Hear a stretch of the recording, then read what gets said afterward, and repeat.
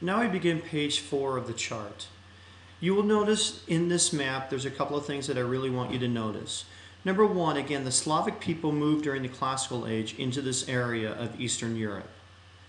And with that, you're eventually going to see the Scandinavian people develop trade routes when they come down here. Now, they will interact with the Slavic people that are already here. The Slavic people were very animistic, polytheistic in their religion, and very tribal. As the Scandinavians come down here, again, Russia is going to get its name from red, probably from the color of their hair. They are going to found Kiev north of the Black Sea and begin those trading routes with Byzantium. Now, eventually, in time, the Scandinavians are going to fade as a people. And when they do that, you're going to see the rise of the Slavic people. Now, having said that, the Byzantine Empire is going to send missionaries north in this part of the Balkans and establish Eastern Orthodox. And the Roman Catholics are going to be up here in Poland and Czechoslovakia doing the same thing. It is very, very important to note that Vladimir I of the Russians is going to force a conversion to Orthodox Christianity in 1000 CE. And again, he does this basically for a couple of reasons. One, he did not want to follow allegiance to the Pope in Rome. And second, he did not want to follow Islam because he enjoyed drinking. Now, these are going to be forced conversions. This is not the best way for a religion to get started. And it is going to give birth to the Russian Orthodox Church. Now, Russia, as it begins to develop, will borrow the Byzantine's unified law code. They will have a bureaucracy molded after Byzantium. Their alphabet will be Cyrillic, and they're going to have iconic churches, dome structures as well. It is important to note that that they had religious music and art, but it was also rivaled by secular music and art as well. So there's going to be a tension in Russian society.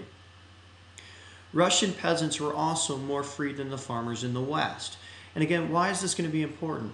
What you're going to see in Russia is an idea of a land-owning gentry take shape far quicker than that in the West. And this is going to become very, very important when we take a look at the Bolshevik Revolution of 1917.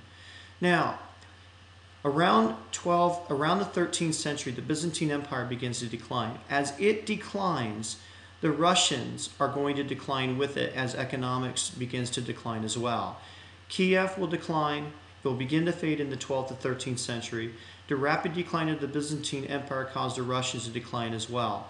What finally did it for the Russians was that the Mongols in the 13th century invaded this area here, taking it over. But again, the Mongols were not concerned about changing culture. They were more concerned about taxes.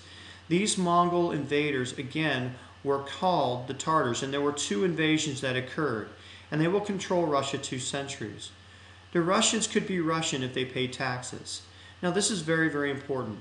In 1453, Byzantium falls, and Islam sweeps in, establishing Islam and Muslim congregations all throughout this area, mixing with Orthodox, which is going to cause some huge problems.